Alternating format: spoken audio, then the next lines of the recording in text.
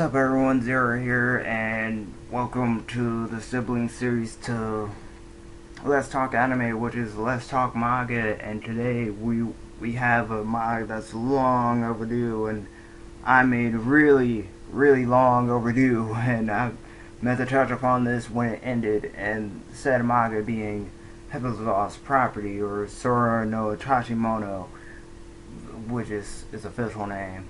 The English name is Heaven's Lost Property. That's what I call it. And I know what you're thinking, like, Zero, it's a typical harem it's a harem series, and it doesn't really have much to offer. I don't disagree with you there.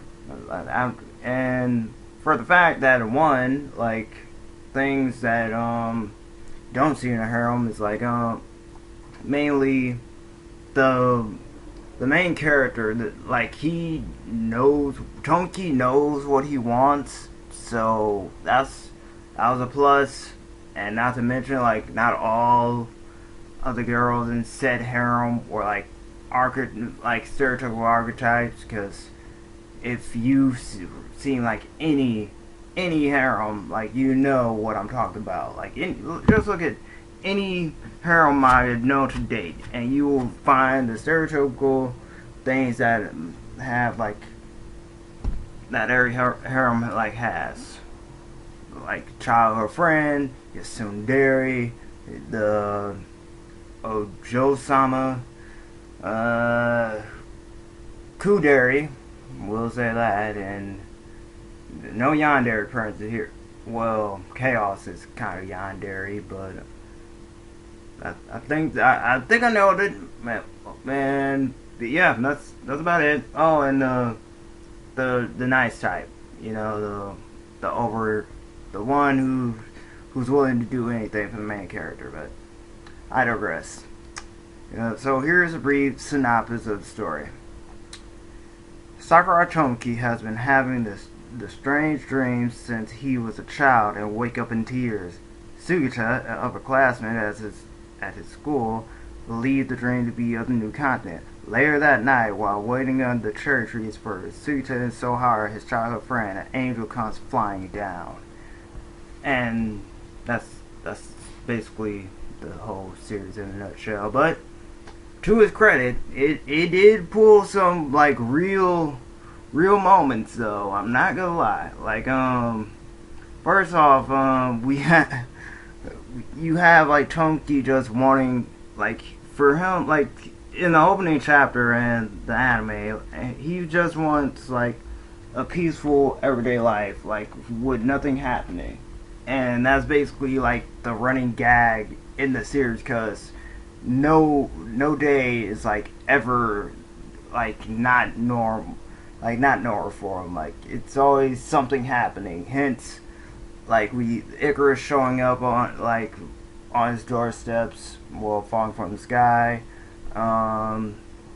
Sugita talking about the new world. The class rep, who is by far one of my favorite characters in the whole series, just keeps either blackmailing him or getting him into, like, one of her schemes. And the list goes on. Like, okay, let's talk characters for a bit before I touch upon the story again. You have the main character, Sakura Tomoki, who's, like, I say him and Issei are my favorite characters, in regards to, like, heroines, because they both know what they want, and it's out there. There's no hidden meaning, no oblivious, like, I didn't know she felt this way about me. None of that. Just know, like, Tomoki is fully aware of, like, the other people, like, the other girls' affections for him. So that, and him, and the dude from the Monster Girl harem, that's another topic for another time. Sugita, who is another one of my favorite, who's always talking about the new world, and later in the series you realize, like, he gives the reason why he's so obsessed with finding the new world. And I'll be honest with you, like, that that scene was just so emotional. Especially, I'm not gonna spoil it, but it happens later down the series. He gives his reasons on why he's so obsessed with finding the new world, and it's deep. I will say that it is real deep.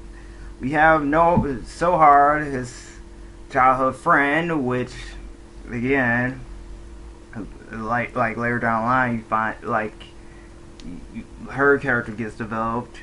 You have the class rep, who I swear I forgot her name, and I should feel ashamed for forgetting her name because she's like my favorite character in the series, and who's basically your typical like cold, sadistic, manipulative.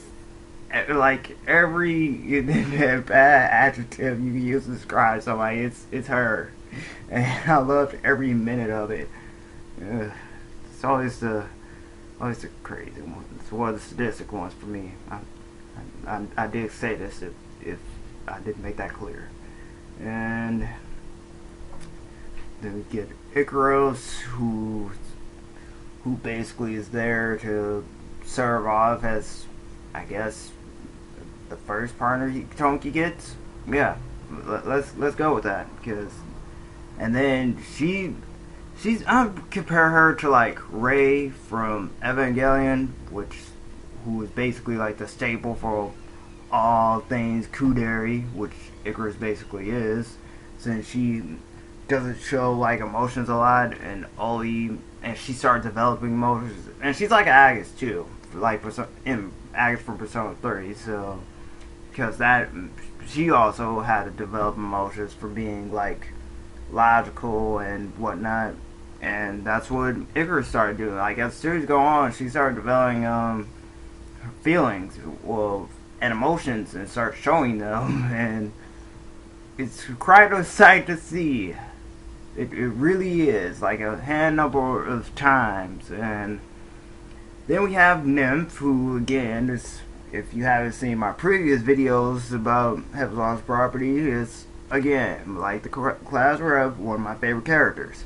And basically she shows up on Tonki's doorstep, like literally she shows up like out of nowhere and just eating chips and watching TV.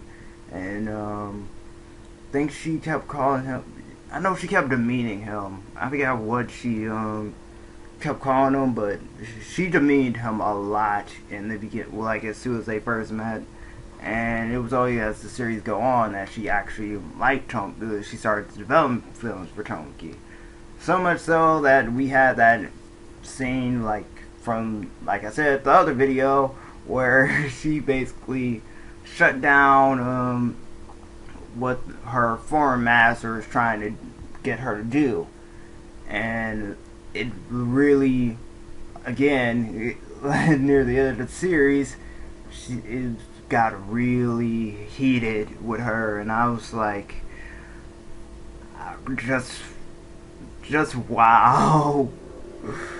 Same for Astra, because as soon as I saw Astra in the anime first, because I didn't go back to the manga till the second season of the anime ended, and Astra was a good character too. Like I was surprised by her character development, because she's seen as the, like the dumb blonde. Like yes, she's stronger than I think they did it by types. Like she's stronger than Icarus and Nymph, but she's dumb.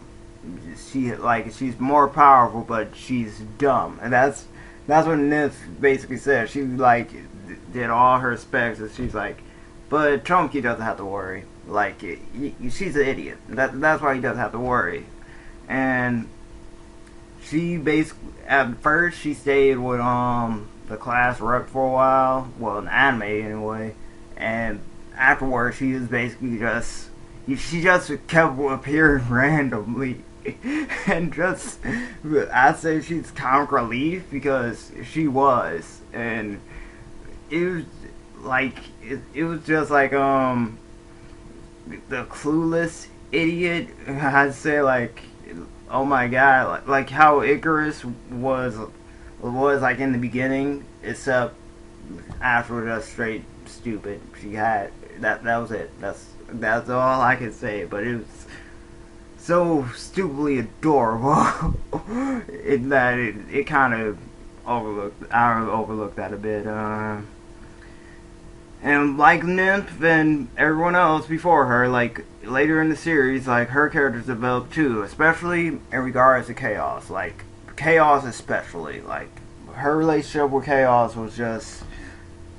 It makes me wish, like, I wish the anime would have touched upon this. I really, really wish it did. And another character is, I forgot who she was, but, I really should look up these names. But you can see her for the picture. She has, she basically showed up, like, saying, like, she wanted to get close to Tomoki, she literally ended up doing so, and joined like that's.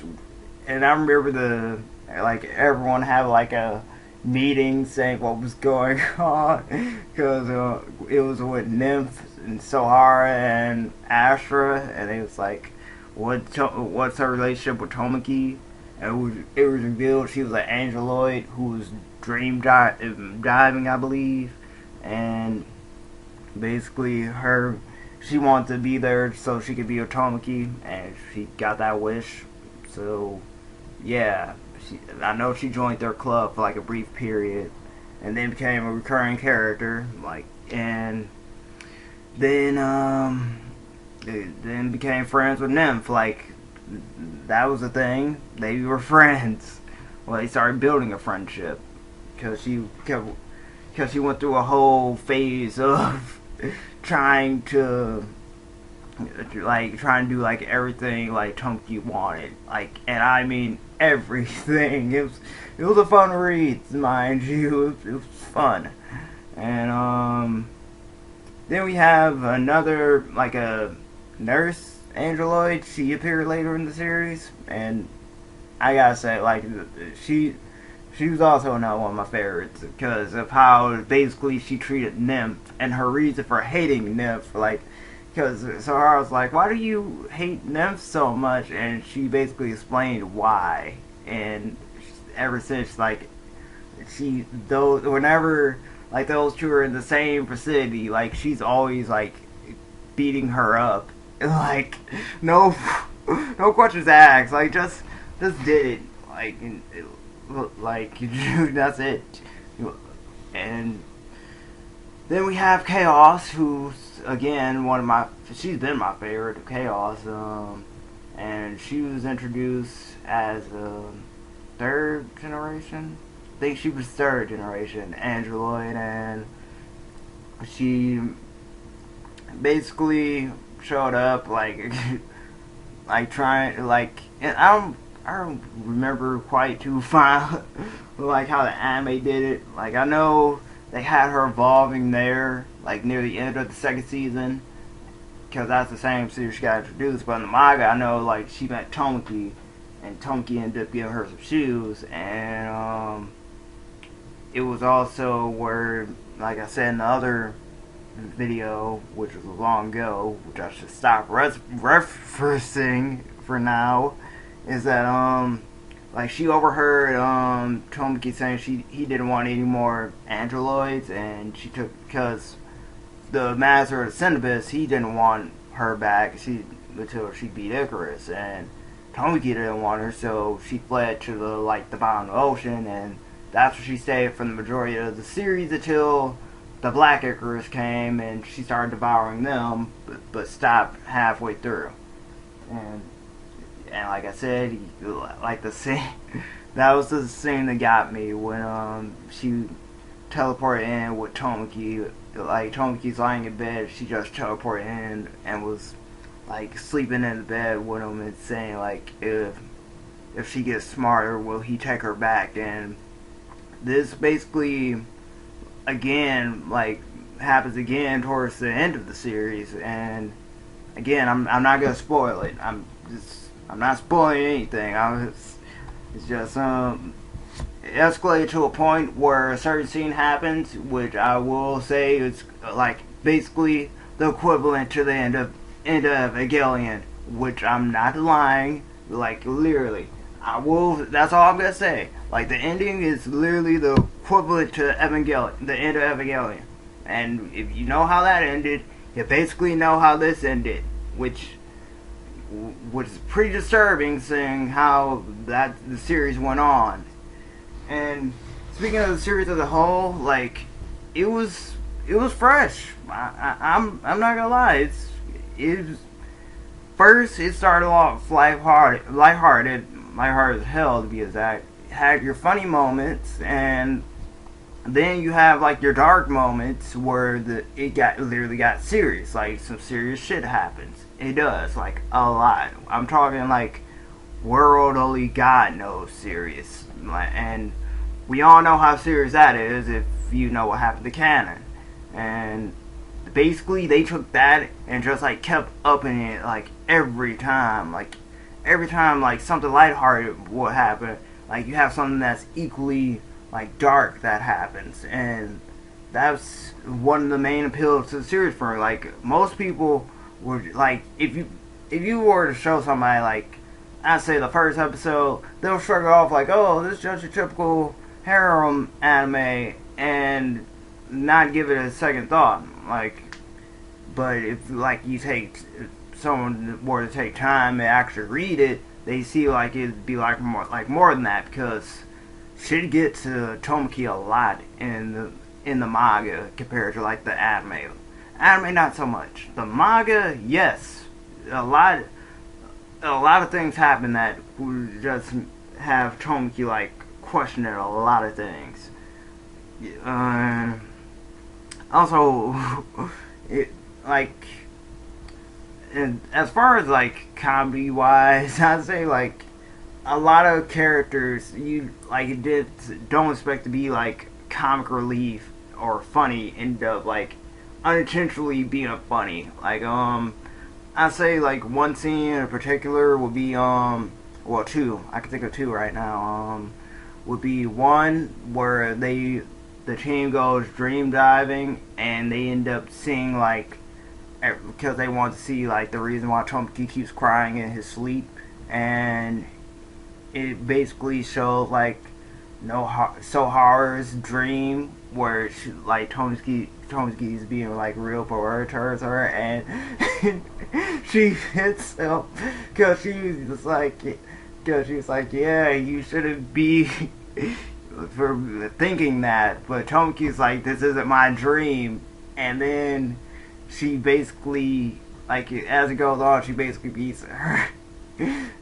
She's beating him up and then beating Sugata's up because of, like, she didn't want to believe it. She wanted to deny it as much as she could. Like, this is more, I say this is better than that. This is one of those things where it was, I gotta lean towards the anime version than the manga, because the anime version has a class rep, and you know she was gonna poke fun of her for that, because why the hell not? And as Sugita, he was just calm the entire time, even when he got beat up, and it was like a good laugh, you know. And another saying, this is from the manga, I'd say, is like, Tomoki's mom got introduced, and there was like, oh, it's just Tomoki and his female form, and they was like, no, it's his mom, and obviously he get his pervertedness from his mom's side of the family, which was shown with his grandpa too, which was also another running joke, and it was. This was by far my like favorite chapter, like otherwise, because of just how much the class rep was pissed the entire time. His mom just kept flirting with Suita, and I was like, oh my god, because it was just so it's it was just like so good seeing her like just get like emanate this aurora. She literally had like this aurora like where she was just it was just anger and you just see her face and she's just smiling the entire time. And his mom keeps flirting with Sue because like Toki's in the background getting beat up because of it. And it was funny. I'm probably someone in the comments probably saying like, "You find that funny?" Yes, I do find that funny. You call me a cruel person or whatever. I find that type of stuff hilarious. But anyway, as the series went on, I was skeptical how they were gonna finish it because let's be honest, some mangas just some hero mangas just like they leave on a rough note where like you don't like you're kind of questioning like who does the main guy pick but this case I was satisfied with the how it ended because like a lot of shit got answered. Not gonna lie, a lot of stuff got answered and it came to like a good payoff. Not like a certain series with a fucking vampire. Sorry. I'm still sore about that. I'm sore as hell about that. But anywho, I recommend if you're tired of like the stereotypical harem, like say harem series, like give this a read. Like give this at least look at it. The manga preferably, like because the anime, like as much as I love the anime, that's what I literally got me into the series. I go with the manga because it explained a lot more than what the anime did, and basically how the payoff is in the manga compared to like how it is in the anime. So yeah, if you want to give this a read, I suggest you do. I don't even know if this even licensed here, but you can find like a scanlation somewhere. Like series is done, and as the spinoff go, the spinoff was good. I guess it was lighthearted as hell, but again, it's just focused on Icarus, Astra, and Nymph doing like basic stuff. Oh, and they also the person made like another series, Guderi Bushio, which is which I didn't know was by the same person, and until like I saw like the character design, I was like, wow, you look just like no Sohara, and then like it was another, and I think the mom looked like Tomoki's mom, I believe, and then there was another scene where they showed like a chibi-fied version of like Icaros, and I was like, yeah, you're the same person who did like Heaven's Lost Property, except like that didn't get updated as much, I believe. I'll probably have to go check on that, but anywho, I'm done here, guys. Thanks for watching, and this has been the first installment of Let's Talk Manga.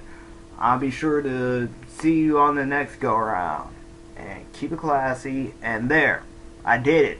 See, with a better mic, I basically talked about Heaven's Lost Property, and probably gonna do that about a lot of other series, but I'm glad this was my first.